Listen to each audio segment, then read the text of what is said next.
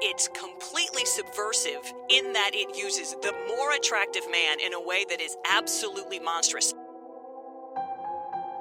I know you got the self-mutilation thing going on. You know what? I'm okay with it because you're okay with it, and you're kind of accepting of other people. She chain smokes and she slaps kids. I love that. Today we are going to answer that age-old question: do blondes really have more fun? And I think we know the answer. We've got a blonde, we've got a redhead, and we've got a whitehead here assembled. So this should be good. Welcome. This is the Fright Club podcast, and she is Hope Madden. He's George Wolf. And we are from madwolf.com. And we've got a special guest. We're going to talk about blondes in horror movies, an obvious special guest, and we'll get to her in just a minute. But we wanted to say thanks for all the feedback last time as we counted down our favorites of the year so far in horror, and we found some good ones. A couple of them, maybe some hidden gems, but we didn't get a lot of pushback. So usually that means, I guess, we picked some good ones. I actually think it might mean that people were surprised that there were so many good movies. Well, because, yeah. You know, it's not like you have the box office to go by or anything, so that was useful. And I think one of the things to bring up, somehow not really related to that particular episode, is that Old Man Spencer volunteered to co-host a podcast with us on remakes that are better than the original. That'll be a short podcast. Yeah, it's 1.5, actually. There's one that's better, and there's one that's about break even. But the reason he's volunteering is because he's gone on record to say that the Jessica Biel version of Texas Chainsaw Massacre is better than the Tobe Hooper version. So our response is not without a court order. Immediately when you said that, I just thought of Aretha Franklin and the Blues Brothers. Don't you blaspheme in here! I'll come at you with that mess. That's right. But thanks for the offer. That's good. We always love to hear from them and love to hear from everybody. So, yeah, now we look ahead to the second half of this horrible year. It's like we're all just kind of hoping that it gets over with, but so we'll see what the second half brings. And then, obviously, at the end of the year, we'll count them down, our total top 10 of the year. But that's getting ahead of ourselves. Today we are talking about blondes in horror movies, and our favorite. And it's an obvious choice for our special guest because we welcome in the blonde in front. Cati Glidewell joins us. Welcome. Thank you guys so much. I'm so happy to be here and so happy to hear your voices again, because I haven't seen you guys since October of 2019, which seems like a decade ago. Nightmares Film Festival. Yes. Yeah. Such a great time. I know. We're missing that as well. Well, this is good. This will be fun because it's a little bit of a break from what we normally do. We normally count down specific movies, but we have taken a break over the years and done specific characters. So this is good. I like that we're going to take this opportunity to just pick out some special characters from movies. Yeah, well, we did, which is what we usually do, when we invite a guest, and then I throw out some potential topics, and then all of a sudden I'm like, no, this is the topic. And her response was, I'm all about that. So that does seem kind of perfect. Well, I'm not going to pretend like I had anything to do with any of these picks, but that's fine. It's just the usual. So you got 6 guy blondes and 6 girl blondes, right? So that's how we'll do it. So we'll just start with the dudes. All right, we'll start with dude blondes, and this is good. I like this pick right away, not only because I like the movie, I like the character, but I love the name. It's Frances Dollarhide, played by Tom Noonan in 1986's Manhunter. Is your nature to do one thing correctly? Tremble. No, Lounce. You and the others. You owe me all. Frances Dollarhide, I remember watching this during those cable staple days of HBO, and he has ingrained a part of my soul of fright. I mean, only Tom Noonan can have that juxtaposition of so innocent and sweet to the complete monster of your nightmares, especially with that piece of half pantyhose on his face. And God, and plus he's so tall, but he's actually such an amazing, intelligent and kind guy that to see him play this role it's had to be one of my top 5 guys. It was not a question. He's somebody that I just think there's no one else that could play Dollarhide like this. Yeah, I agree with you. Tom Noonan really brings that sort of that gentle quality that is somehow also creepy. And I think it's because he's physically so unusual looking that he can do both. But it's the same thing in his really short span in the movie Wolfen, and then when he plays Frankenstein, he's the perfect Frankenstein in Monster Squad. He's just so ideal. And I agree with you. Those were big shoes to fill when they remade this movie because he's absolutely perfect. You feel so sorry for him, but you don't want to be in the same room with him because he's utterly terrifying. Yeah. And I think what they did in Red Dragon, they actually gave more of a backstory of what Dollarhide's about, which you didn't have in Manhunter. But that's one of the things that Noonan, like, we didn't know the backstory that much in Manhunter. And yet you could feel that this is someone who had been abused and then has to, like, he was made into a monster. He wasn't created that way. And it's like you kind of feel sorry for him at the same time. Yeah, no, you do not want to be in the same room with him. Yeah, and it adds a layer because he looks so unusual and he is so big. The fact that Joan Allen's character is blind and can't see him just adds an extra layer of we know something that she doesn't. Yeah, yeah, exactly. And also, if we're talking about Tom Noonan, this is where I have to say anyone who hasn't seen Anomalisa should see it. It's not a horror movie, but he voices every character, and it's great. Yes, so good. So good. So, number 6 on our favorite blondes, the male variety, Tom Noonan's Francis Dollarhide from Manhunter. Number 5, this is one, we like this because this is a classic film. This is one of our classics that we showed at Fright Club Live last year, I think maybe. This is from 1960, the character of Mark Lewis, played by Carl Boehm in Peeping Tom. I made them watch their own deaths. I made them see their own terror as the spike went in. And if death has a face, they saw that too.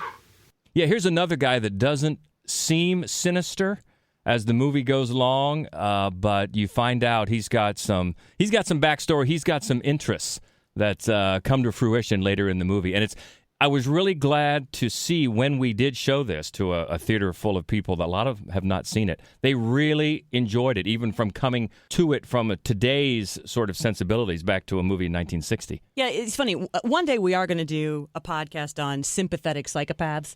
And he's definitely going to be on that list because, and I think that we'll see this also as we get more into the females, that sometimes casting a blonde or making them become a blonde for a film, I think that's sometimes done intentionally to sort of represent innocence that isn't really there or won't still be there by the end of the film. I think a lot of times you'll also get sort of the blonde bombshell type like Angie Dickinson, right, in Dressed to Kill.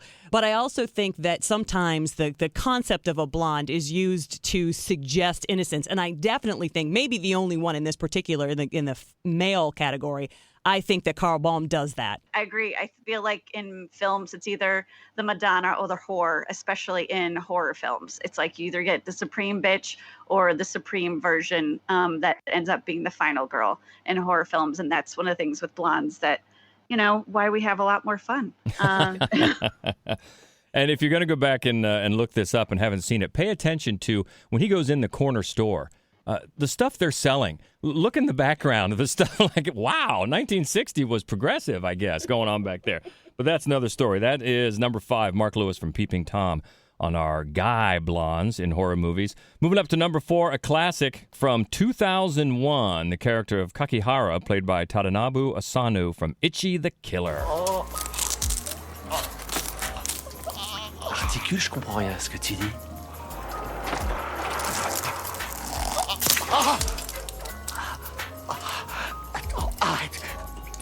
This is one of my all-time favorites. I don't even want to call him the villain. He's not, in fact, the villain of this movie. He's kind of, in a weird way, the hero, at least the anti-hero. Anyway, what he is awesome. It's always interesting if you're watching a Japanese film and one of the characters is bleach blonde. You know, it's like, obviously, this is where your eye is going to go every time. Not that you could miss him because of the Glasgow smile that he's got just pinned together with, like, earrings in his face.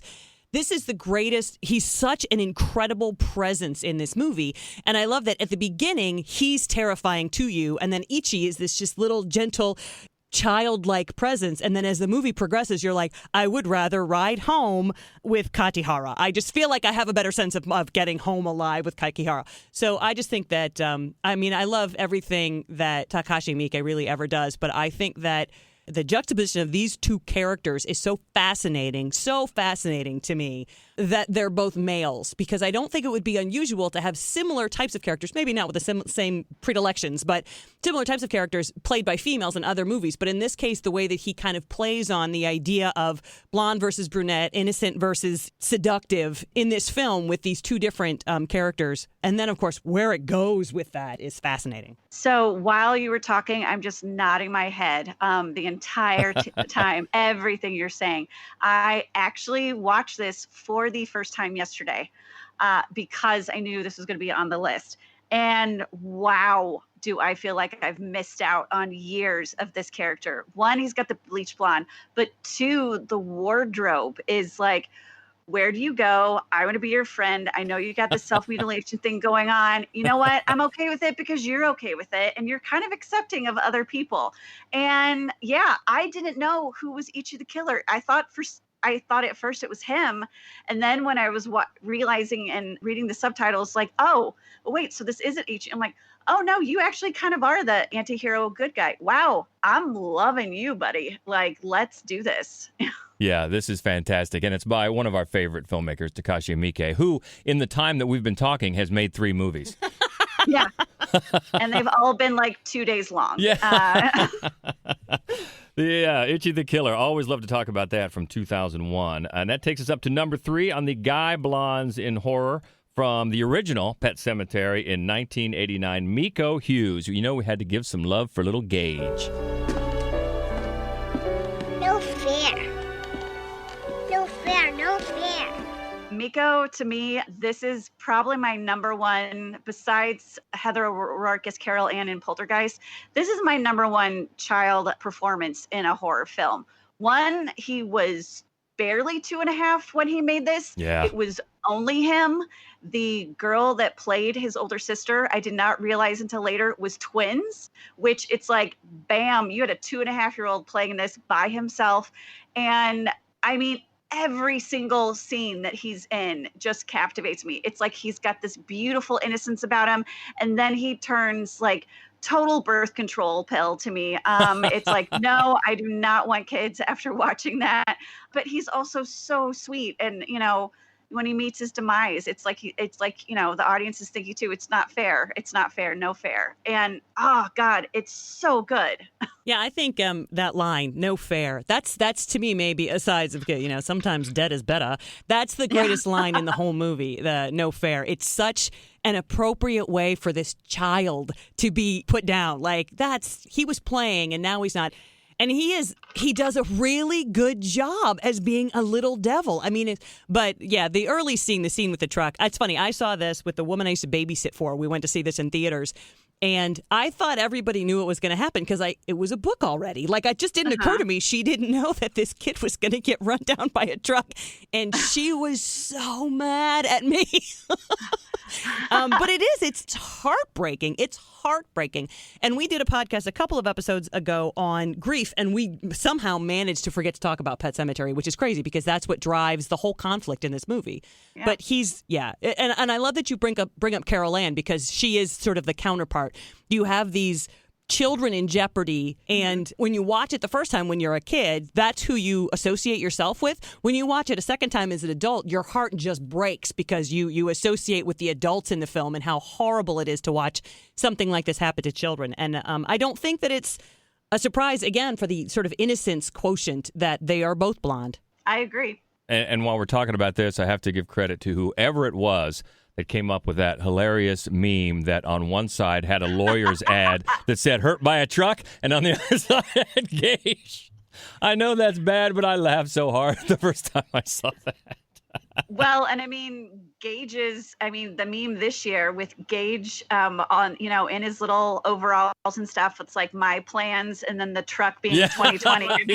If you haven't seen that basically is, that pretty much is the perfect meme for this year. He's the character gift that just keeps on giving. That is Gage, number 3 on our Guy Blondes from the original Pet Sematary. Oh, wow. So shocked that this character is on a podcast for Hope to talk about, from The Lost Boys, that one of us loves so much, from 1987, Kiefer Sutherland as David. Michael, over here. Come on, Michael.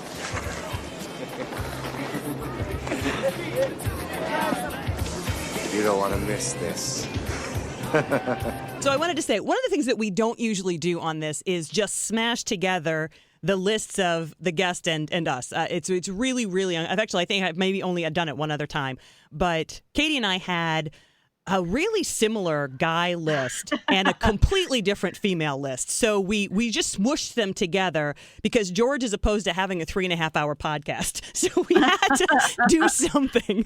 But the number 2 and number 1 were both, I think, number 2 and number 1 for the two of us. And I think it's because we're about the same age and because they really moved us the first time we saw these movies. And certainly Kiefer Sutherland playing a vampire in The Lost Boys. So not just any vampire, but like a rock star vampire with, again... Should I like leave the room and you guys could have some time?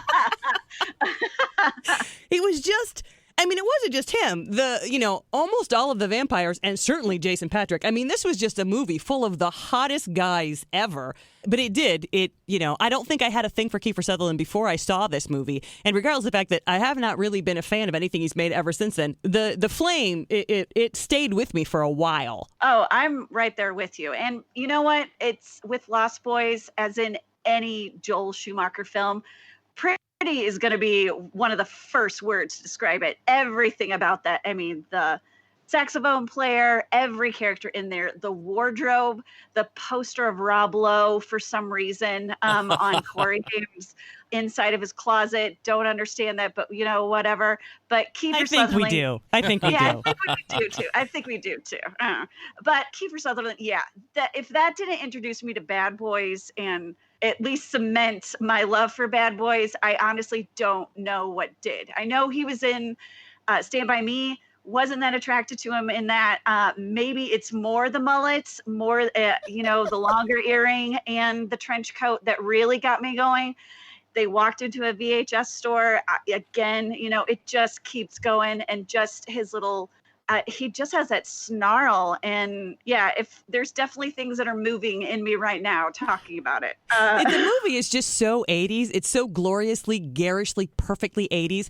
And I think one of the reasons that it works as well as it does is that Joel Schumacher really, there is a tremendous sort of lovely homoeroticism about the whole film. And that's not uncommon in vampire movies. But I think that the way it plays out here, being there and also being rugged and bad boy-esque, was just a nice change of pace, probably because instead of being inserted by heterosexual filmmakers, it was a gay filmmaker making the movie he wanted to see. And it turns out so did every teenage girl in the world. And just look how much it was referenced by Jordan Peele in Us. So that's, he gets some love right there. That's high praise. So that is David Kiefer Sutherland from The Lost Boys. Number 2 on the Guy Blondes in Horror list, making way for only one at the top. And here's another one. This is a guy that when we first started dating, I was like, really? You got a thing for this dude? But okay. From The Hitcher, 1986, Rutger Hauer's John Ryder. Why are you doing this to me? You're a smart kid. Figure it out. So I saw this very young. I will admit, I don't understand. I probably did not understand the feelings that I had for Rutger Hauer. To me, he is the epitome of the sexy 80s male. He's got that swag about him. He's definitely evil, but he also is so charming and, oh my God, so good looking. And especially in The Hitcher, like when the way he taunts C. Thomas Howell is one of the things that it's like, it scares the crap at you.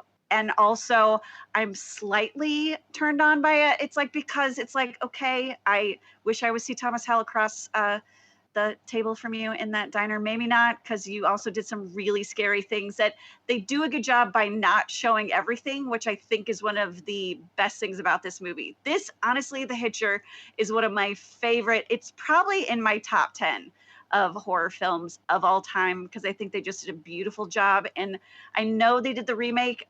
If you want to talk about horrible remakes, you can't get anyone besides Rutger Hauer to play John Ryder. I mean, he is just fantastic in this film, and I could just go on and on forever. So Hope, why don't you take it away? Well, I remember, so of course, like most people, my introduction to Rutger Hauer, there was a lot of Madden girls, and we all just grew up loving Harrison Ford, as girls want to do. And my oldest sister had a VCR, so we would rent Harrison Ford movies and go to her house and watch Harrison Ford movies. And one time, years after it came out, we watched Blade Runner. And the first time they showed him, I think I said out loud, "You can have Harrison Ford. This one's mine." He is so beautiful. And one of the things about The Hitcher is that it's completely subversive in that it uses the more attractive man in a way that is absolutely monstrous. So it's not even like a vampire where, well, I mean, what else is he going to do? If he doesn't drink your blood, he's going to die. And sure, he's kind of mean about it, but still, he's got no other choice. This guy is a monster. He is going to torture and torment the nicest people, children. He's going to stick somebody's finger in your French fries just to make sure you know the worst possible thing just happened, even though, as you said, it wasn't on camera. I think that was so sort of repellent that the film was leading you to be, you were attracted to not the hero, because see Thomas Howell, you were attracted to the villain, but the villain had no tenderness to him, had nothing good. He was vile and horrible and so hot that it was really quite confusing. Yes, I agree. I mean, very, very confusing. It's like, I'm not supposed to like you, but why do I feel this way? So John Ryder, played by Rutger Hauer, number 1 on the Guy Blondes in Horror from The Hitcher, the original Hitcher, 1986. So before we move on to the women blondes, let's talk to Katie, and you are the blonde in front. I've always wondered, how did you come to always sitting in the front at movies? Well, I love going to the theater. The theater is one of my favorite things, but I don't necessarily like people. Well, I like people, but I don't like people in the theater because it's come to the point now where they don't experience the theater. Like for me, the movie theater is my church. So it's like everything's silent. You don't talk to the person next to you. You pay attention to what's in front of you on the screen as a sermon. And then you leave and we all like, hey, that was nice that we were all there together. Now people are turning it into their giant living room, which it's not. So the closer I am to the front, it's, the less people are behind me because no one wants to sit in the front. And it's also helped my eyesight because I can see things better. And when there's a Q&A, I'm one of the first ones to get a pick or, a signature. So that became that. Well, those are good answers. Those make total sense and good answers. And you're based in Chicago, and you cover movies, and you go to a lot of premieres. And actually, you go to a lot of film festivals as well. Yes, I did. I've been going to a lot of film festivals. Not so much now this year, but yeah, I actually have to cancel a lot of flights that I made for the fall. But yeah, I've been very fortunate enough to get a little bit of a following, and people have noticed my work and stuff. And I do my 1-minute movie reviews, just trying to sum it up really quick.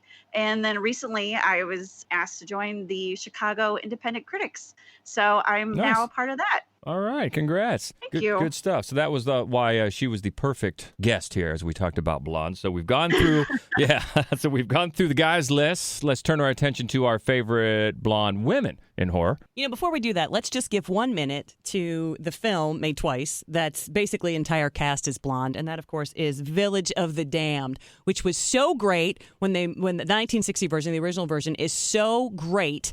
And then because it's a British film, but it was made by German filmmakers, and so it clearly was kind of metaphorical for the rise of the Aryan concepts and in Germany, and had a real creepy quality about it. So that's why John Carpenter was the perfect person to revisit the same concepts in 1995, because he has such a similar sort of view on the world. And it didn't work as well as the original, but I still think that image of just child after child after child with those blue eyes and blonde hair just staring at you is incredibly creepy.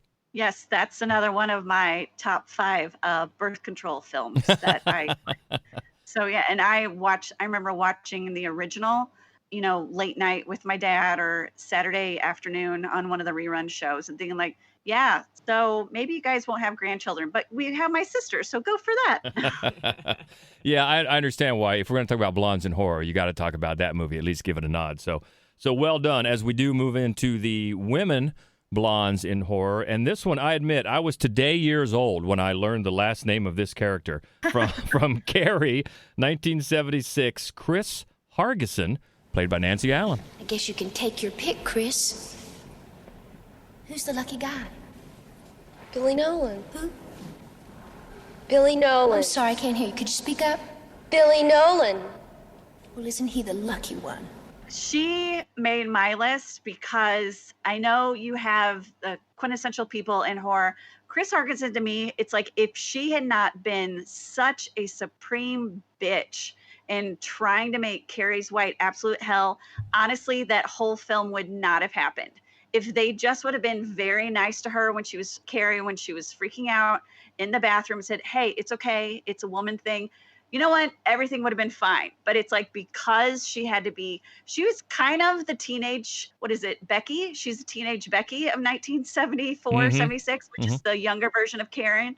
She just kept going and going. It's like, girl, let it go. And I mean, the pig's blood, that was all Chris. If that hadn't happened, the whole high school would have been alive. And actually, I blame Chris because of that and not Carrie. I actually blame Sue Snell. Because, it's funny. I think this is the pinnacle of mean girl cinema. Carrie is. And you're right. Chris Hargison is the pinnacle mean girl. And if she's not, like you said, if she can't carry that to the degree that she does, the whole movie falls apart.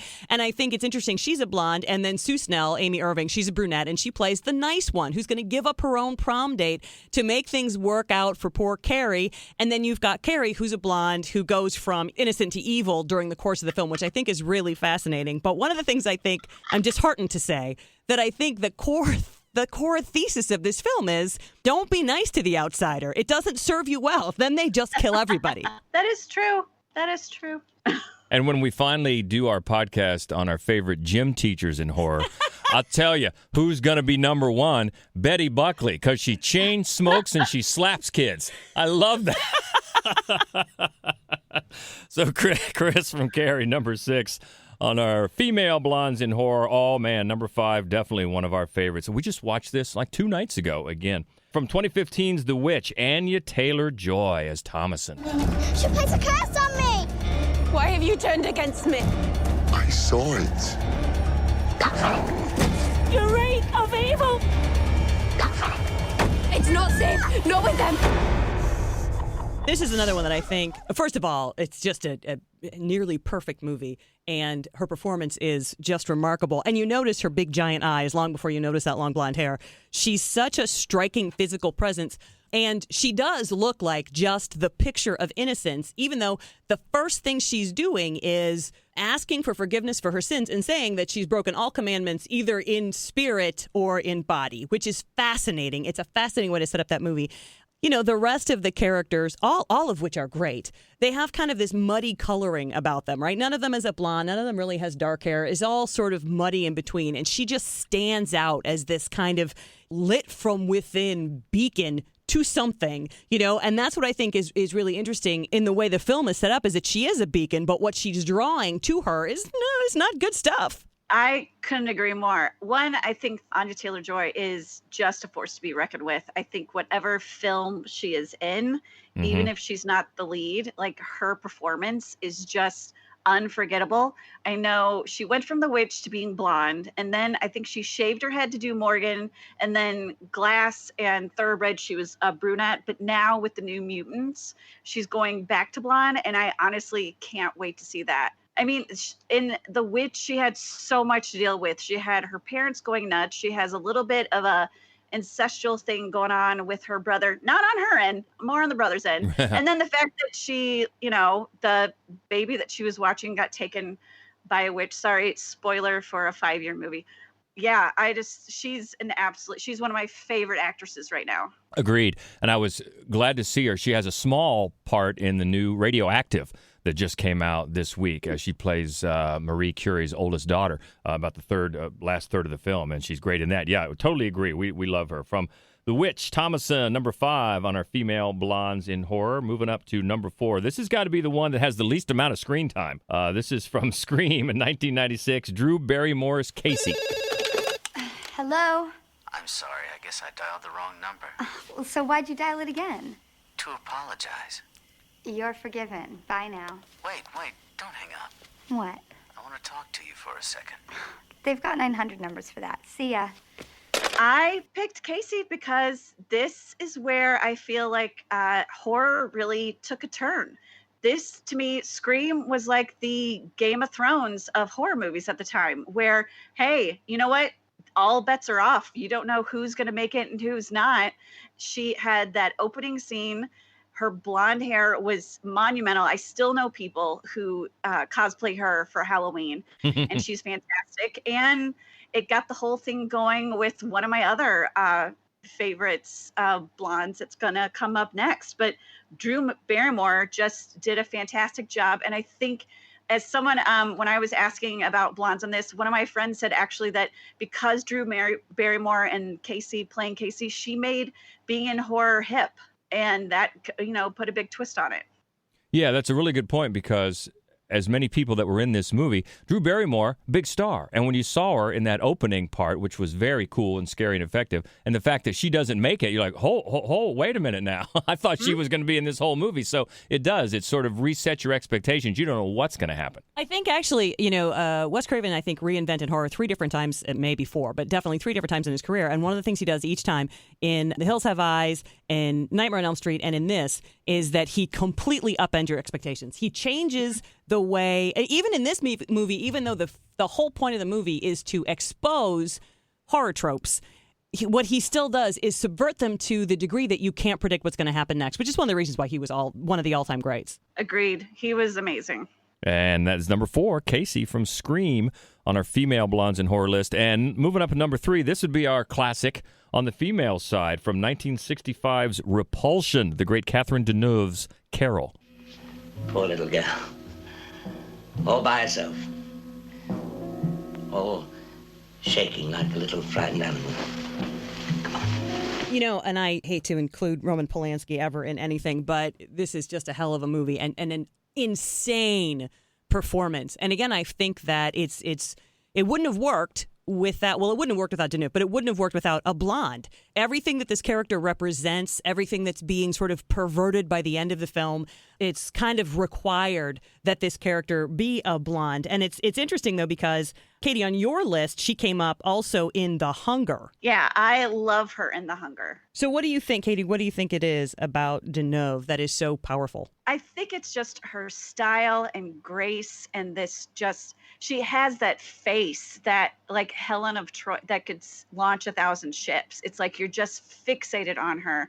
And I know in Repulsion, it's like she's so innocent. And then in The Hunger, which I absolutely love, she's just so powerful as this leader of the vampire, marrying and betrothing, or whatever you call it, with David Bowie, and then also mesmerizing and engulfing Susan Sarandon into her web of her life as a vampire.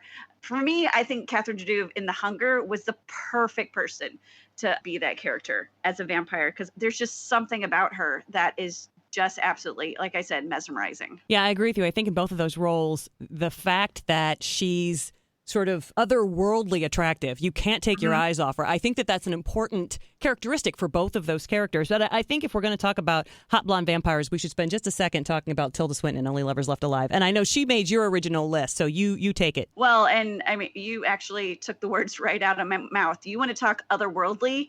It is Tilda Swinton. She, to me, is such an amazing chameleon of what she can do. And as Eve in Only Lovers Left Alive, she's a vampire.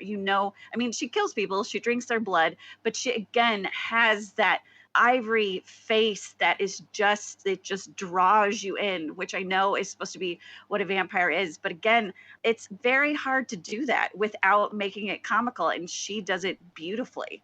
And Tilda Swinton is, to me, one of my all-time favorite actresses, no matter what she does. Like, I don't honestly think there's anything she cannot do. She's a god. We say it all the time. Yeah. The Tilda. Yeah. We call her the Yeah. Tilda. No doubt, one of our favorites. So we're up to the top 2 now for female blondes in horror. This is an all-timer from the original Friday the 13th in 1980. Betsy Palmer as Pamela Voorhees, just a loving mother. You see, Jason was my son, and today is his birthday. Where's Mr. Christie? Oh, I couldn't let them open this place again. Could I? Not after what happened. She is my number one because, and I've said this to a few people, I consider her the OG Karen of horror. Like, she had a problem. She took care of the problem. And then she took care of the camp counselors that weren't paying attention to her kid. Her kid actually did survive because they made 3 other movies where he's living. But she went and killed the rest of those camp counselors any way she could, wearing 2 sweaters on June 13th. Yeah. I mean, she had it in her mind that she was dead set against this happening. She wanted to talk to the manager. She did. She killed the manager. And yeah, I think Betsy Palmer, I honestly would like to see a prequel of Friday the 13th with Pamela Voorhees to see how this happened, like what happened with her life, because this is she did a lot for a woman who, I mean, bow and arrow, axe, rope, knife, butcher knife, machete, like. And she obviously kept fit because she was strong enough to hold Kevin Bacon down by his forehead. You know, that takes some strength. Yeah, and while everyone else is wearing shorts and short sleeve shirts or even just underwear, this chick had 2 sweaters on. Yeah. Like, what are you doing, lady? I know maybe it's menopause, I don't know, but it's like whatever it was, damn Pam, you got it going. Although, I mean, you kind of you killed the 2 kids who killed your son. I mean, that were responsible for your son. So I think you kind of made your point. So again, I consider her the OG Karen of horror. Yeah, that's the greatest phrase, and it is so perfect. And I think that, you know, when they made the film, having it be Betsy Palmer, you were immediately, just like the people at the camp, you're like, oh, thank God. Like, oh, thank God, there's an adult here. She's going to take care of things. She just had that air about her, like, I'm taking care of it. Don't even worry. Mm-hmm. You know, give me a hug. Everything's fine. It was such a genius idea, first of all, to have it be a mom, but then to cast her as that mom, because she's also not like frail and delicate. She's a hardy soul, and you think, I don't know that those were her hairy hands that were holding Kevin Bacon down, but still, I feel like she probably is physically capable of a lot of what went on in this film, and certainly she's not going to catch a chill. So that's good news. No, she was a great genius pick. She was fantastic, and I feel like she always gets overlooked. That's why another reason why I love Scream, because I feel like Wes Craven, it's like, let's give Pamela Voorhees the credit she deserves. She's the one who actually killed all those people in Friday the 13th.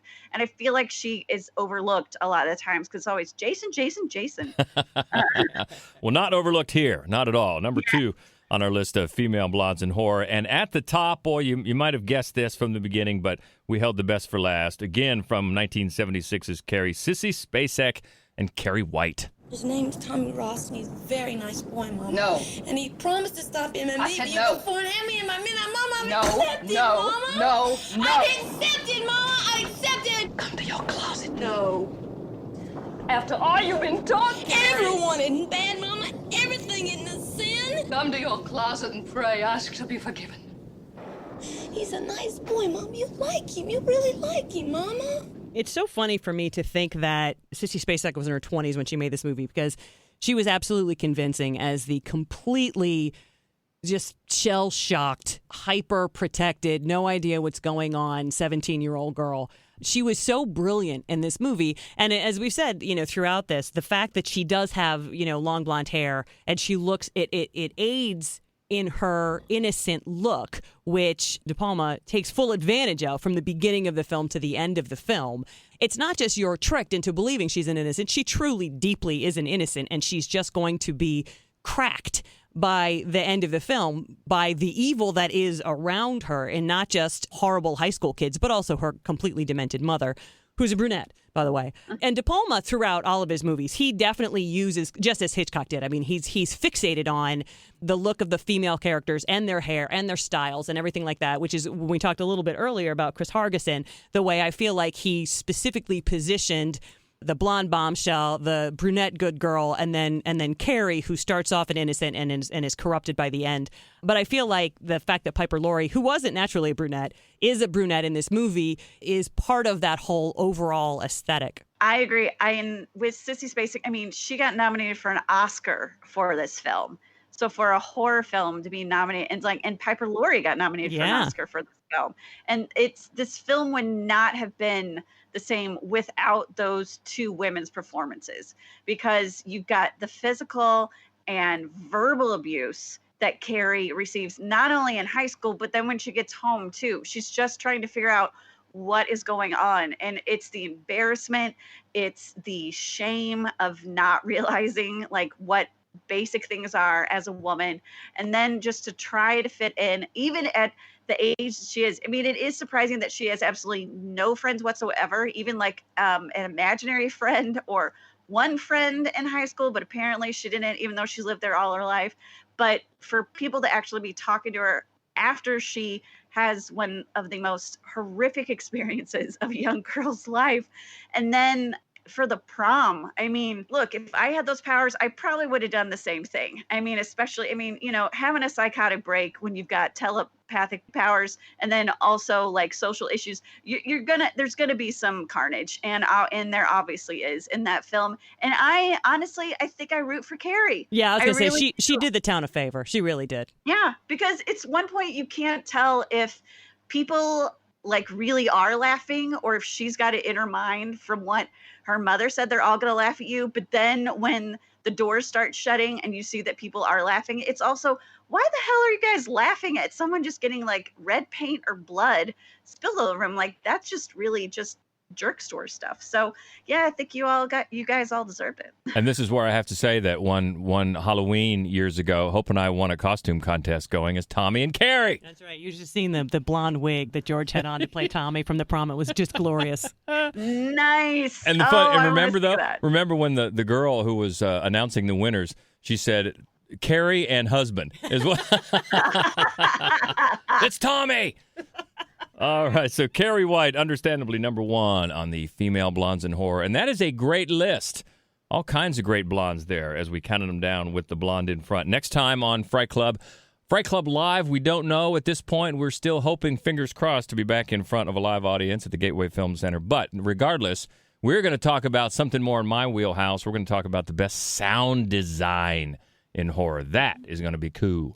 Yeah, it's going to be a good time. So join us on Wednesday, August the 12th for that one. Yeah, and in the meantime, what do you think about this list of blondes? You think it's good? You think we left somebody out? Want to pick a bone?